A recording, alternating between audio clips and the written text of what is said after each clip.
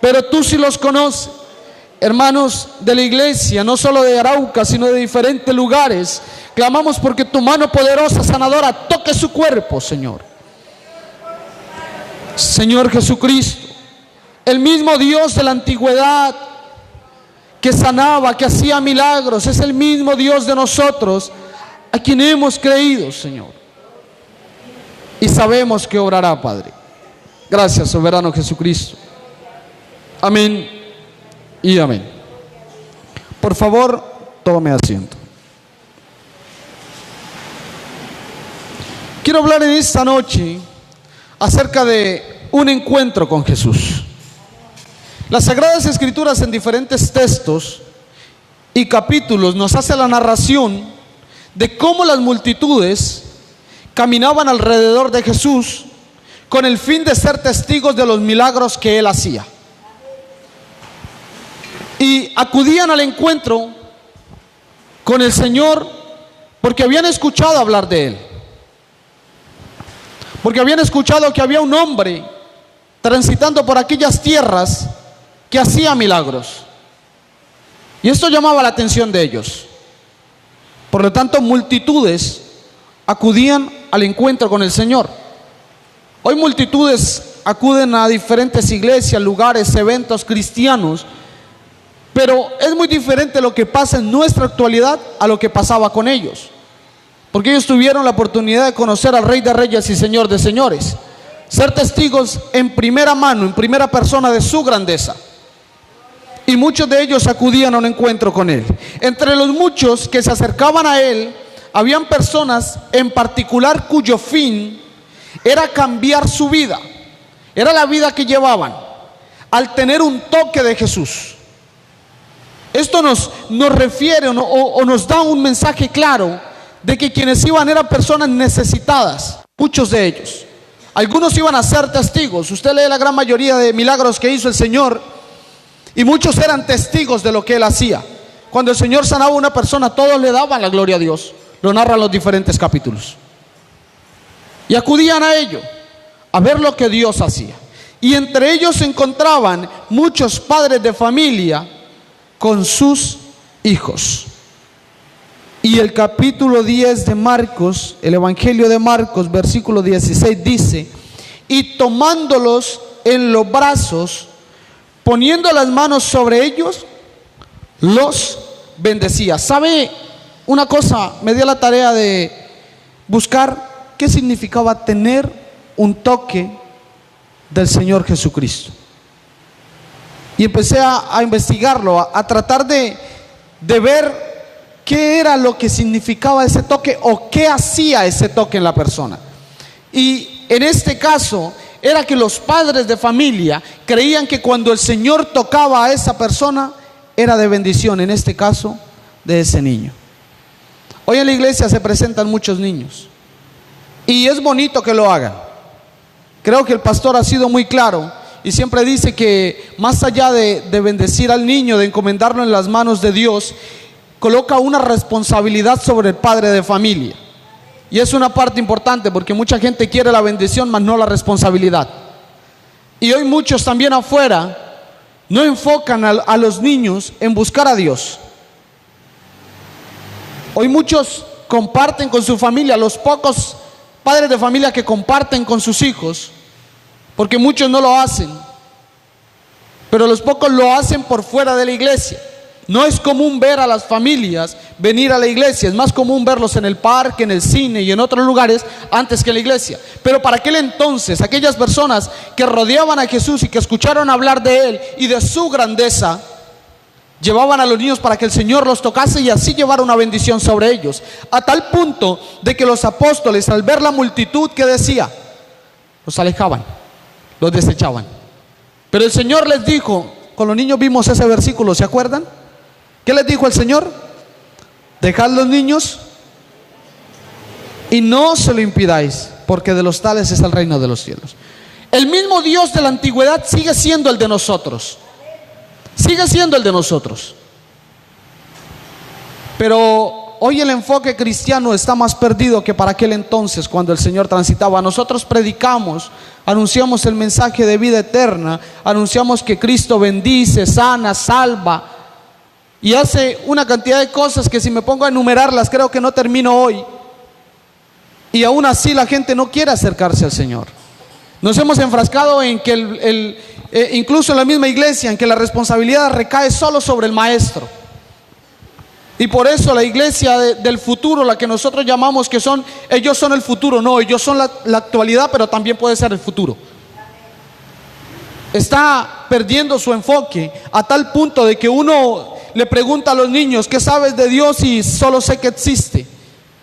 Porque no hay una responsabilidad acarreada sobre el padre de familia.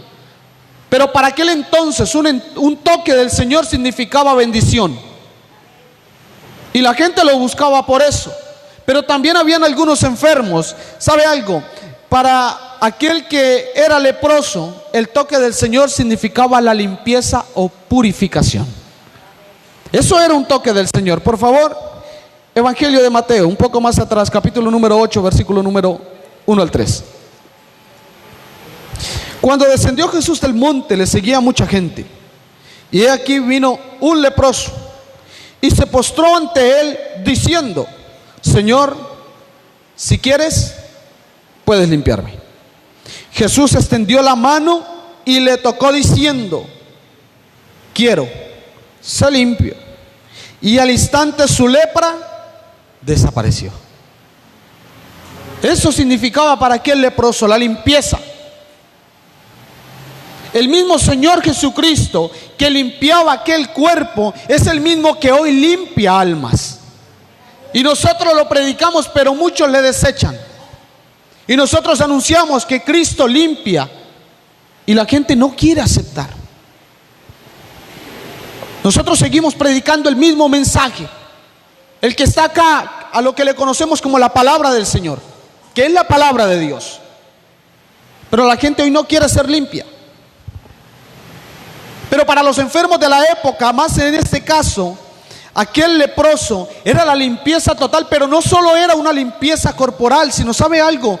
Para la gente que sufría de lepra, aquel entonces, esa enfermedad era, aquella persona que la sufría era desechada por la sociedad porque se pensaba y se creía que era un pecado el que había cometido.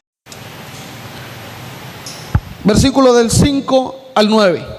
Y había allí un hombre que hacía 38 años que estaba enfermo. Cuando Jesús lo vio acostado y supo que llevaba ya mucho tiempo así, le dijo: ¿quieres ser sano? Señor, le respondió el enfermo, no tengo quien me meta en el estanque cuando se agita el agua, y entre tanto que yo voy, otro desciende antes que yo. Jesús le dijo: levántate, toma tu lecho y anda. Y al instante aquel hombre fue sanado y tomó su lecho y anduvo. Y era día de reposo aquel día. Era un hombre que llevaba 38 años sin movimiento. No sé si han visto casos de personas que han perdido su movimiento, lo que nosotros llamamos como estado vegetal. Y con el paso del tiempo, a esas personas se le empiezan a hacer llagas en las espaldas, en las piernas, en los brazos, de tanto estar acostado. Y era una persona que sufría mucho. Pero espiritualmente, ¿usted sabe qué significa estar paralítico? En nuestro espíritu, ¿sabe qué es ser paralítico?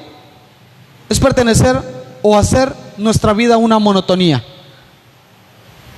Es estar estático y repetir los movimientos cotidianamente. Hace un rato leí acerca de ello porque tenía una duda grande respecto a eso, y un hombre desenglosaba este tema acerca de lo que era el paralítico, y era que no se podía mover y necesitaba de otras personas, por eso no había sido sano.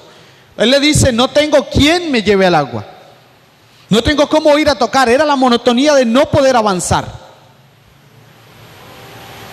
Hoy mucha gente no avanza.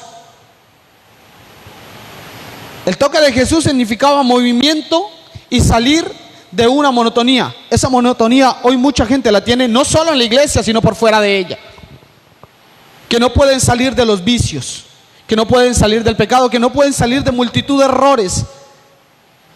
Pero el Señor puede cambiar esa actualidad. Si el Señor sanó un paralítico físico, puede sanar un paralítico espiritual. No me queda la menor duda. Porque en tiempos pasados quizás éramos esclavos de la monotonía del pecado. Quizás nuestro movimiento era nulo hacia Dios. Pero llega el Señor y transforma nuestro pensar, nuestro actuar, a tal punto de que aquellas cadenas que no permitían nuestro movimiento se rompiesen y fuésemos libres para la honra y gloria de su nombre. ¿Qué significaba un toque de Jesús para el sordomudo? Marcos, capítulo número 7, Evangelio de Marcos, capítulo número 7, versículo número 34 y 35.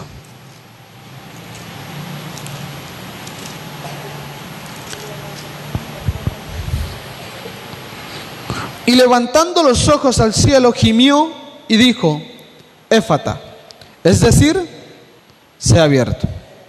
Al momento fueron abiertos sus oídos y se desató la ligadura de su lengua y hablaba bien. Hoy muchos hablan bien. ¿Sabía usted que con el paso del tiempo, con el paso de los años, el avance de la medicina, hoy las personas que sufren del tema de los oídos, que no tienen audición, hay muchas maneras de regular esto, ¿no? Hay una multitud de aparatos que generan una mejor audición, y el habla también se puede arreglar. El humano hoy no sufre tanto de no poder hablar, pero aún es mudo ante Dios, porque su boca la utiliza para la perdición y sus oídos aún más. Incluso en la misma iglesia, hoy muchas personas, sus oídos y su boca son de Dios mientras están en la iglesia, mientras están en la congregación, mientras están reunidos. Pero cuando salen, cambia la situación y son sordos y mudos para Dios allá afuera. Que uno se pregunta, ¿será que Dios verdaderamente obró en él o él no quiso que Dios obrara?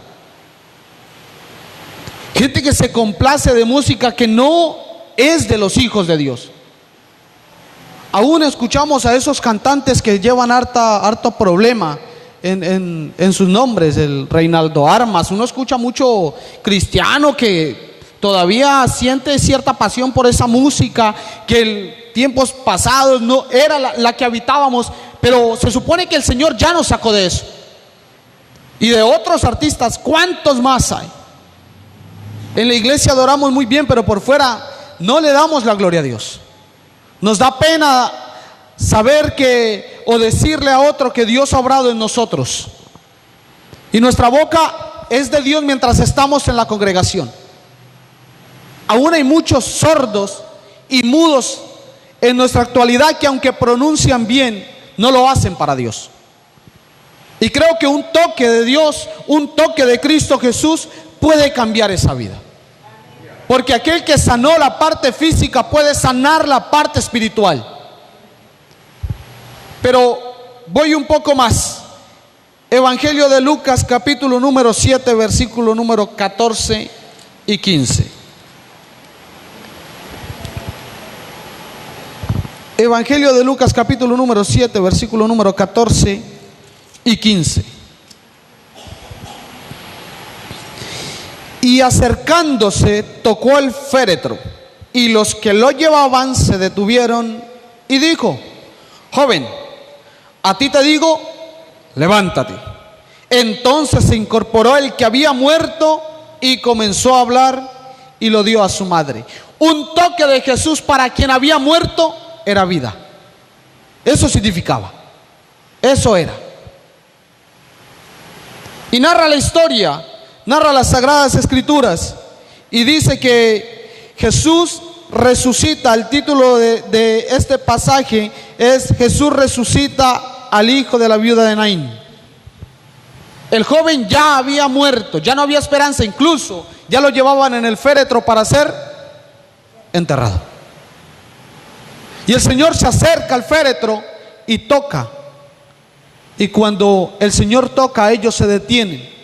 Ahí es donde el Señor le dice: a ti te digo, levántate. Y hoy muchos dudamos de la grandeza de Dios. Y leemos en las Sagradas Escrituras y seguimos dudando de lo que Dios puede hacer. Uno predica, hermano, Jesús da vida, y la gente amén en la iglesia, pero por fuera, pero internamente no lo cree. Hermano, Jesús sana, amén, pero no lo creen. Hermano, Jesús sana un paralítico, amén, pero llevamos 10 y 20 años orando por los mismos enfermos, hermano, y nada pasa. Y nada pasa. Tenemos personas especiales a las que tenemos que acudir porque nosotros no ayunamos, porque nosotros no oramos. Entonces vamos donde el hermano fulanito, que ese sí ora, y ahí sí puede pasar algo. ¿Por qué? Si es que el mismo Dios que levantó a este joven ya prácticamente de la tumba, el mismo Dios que levantó a Lázaro, es el mismo suyo y mío, y puede obrar a través de usted y a través de mí. Y ya lo ha hecho muchas veces. Hemos visto su grandeza.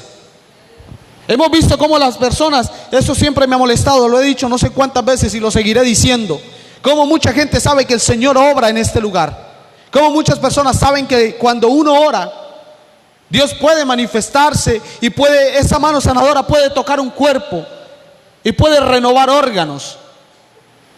Y la gente ni por eso viene, mandan a pedir oración.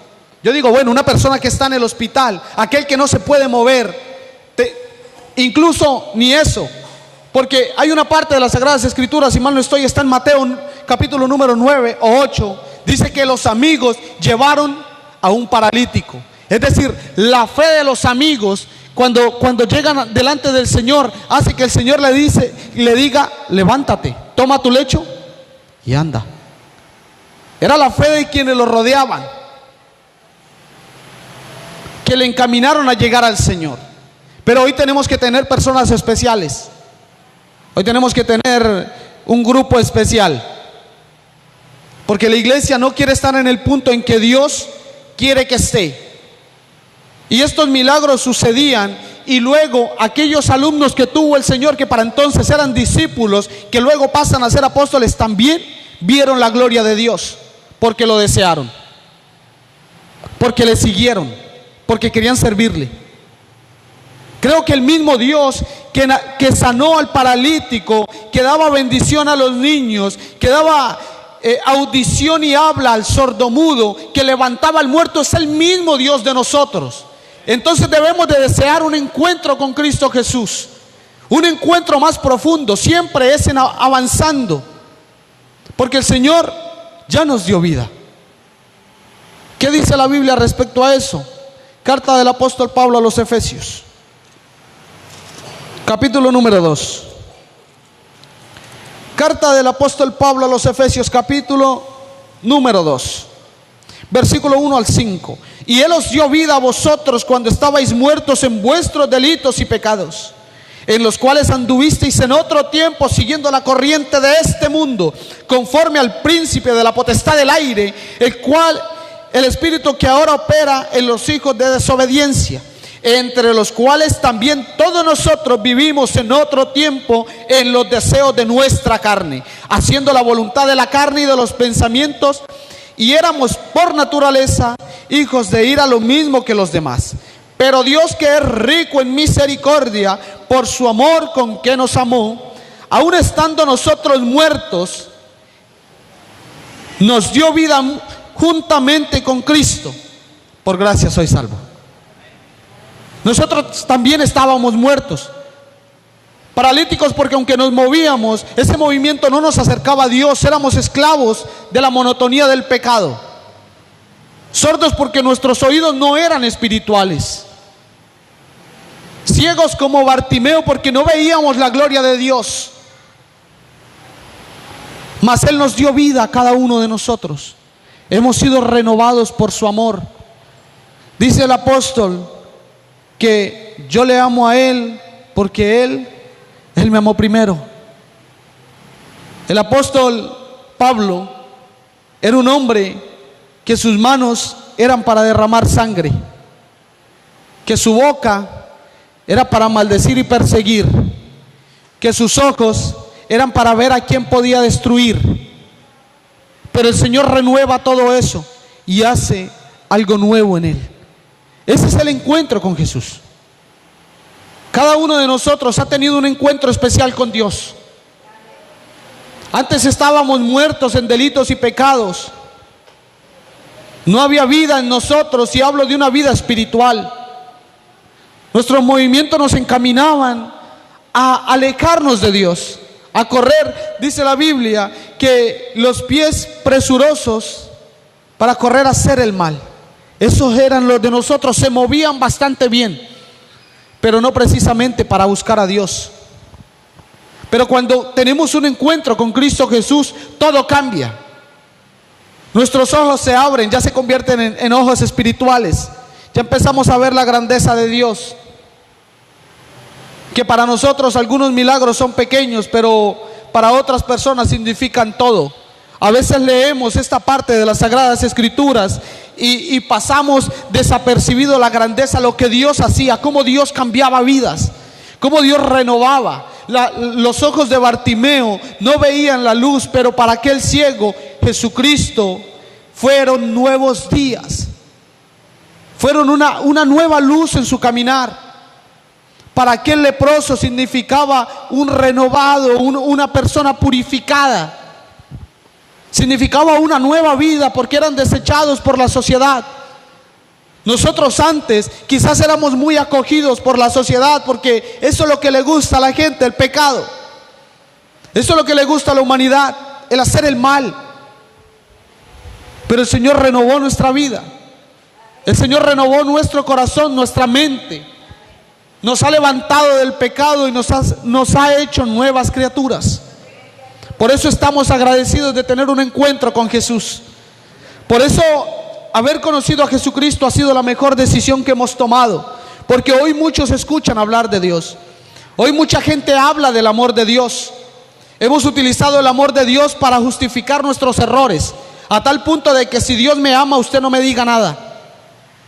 Si Dios me ama como soy, usted no me diga nada. Discúlpeme, pero hace algún tiempo el Señor regaló una palabra a mi vida, y uno de estos días la comparto con ustedes, pero le voy a compartir la parte fundamental.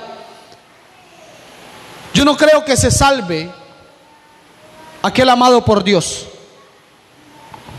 Escúcheme bien y déjeme terminar el contexto general. No creo que se salve aquel amado por Dios. ¿Sabe por qué? Porque el Señor ama al pecador, pero no ama al pecado. Y el pecador no se pierde por ser humano, se pierde por ser pecador. He entendido que se salva aquel que ama a Dios. Ese sí se salva. Porque cuando una persona ama al Señor, está dispuesto a abandonar su vida pecaminosa. Está dispuesto a avanzar con el Señor. No somos perfectos todo el tiempo, pero el Señor se va perfeccionando en nosotros y va soltando, y ha liberado o ha desatado nuestro cuerpo, nuestra alma, de aquellas ataduras que nos dominaban, que muchas de ellas son producto del pecado. Hoy muchos virus por todo lado, mucha enfermedad por todo lado, es producto del pecado del hombre. Es producto del alejamiento del hombre de Dios. Es producto de eso. Y uno le predica a la gente y le dice: el Señor quiere tener un encuentro contigo y cambiar tu vida, pero la gente no quiere. Un encuentro con el Señor produce un cambio en todo el sentido de la palabra y de la vida de una persona. Por eso el apóstol decía: y el mismo Dios que os llamó os santifique completamente.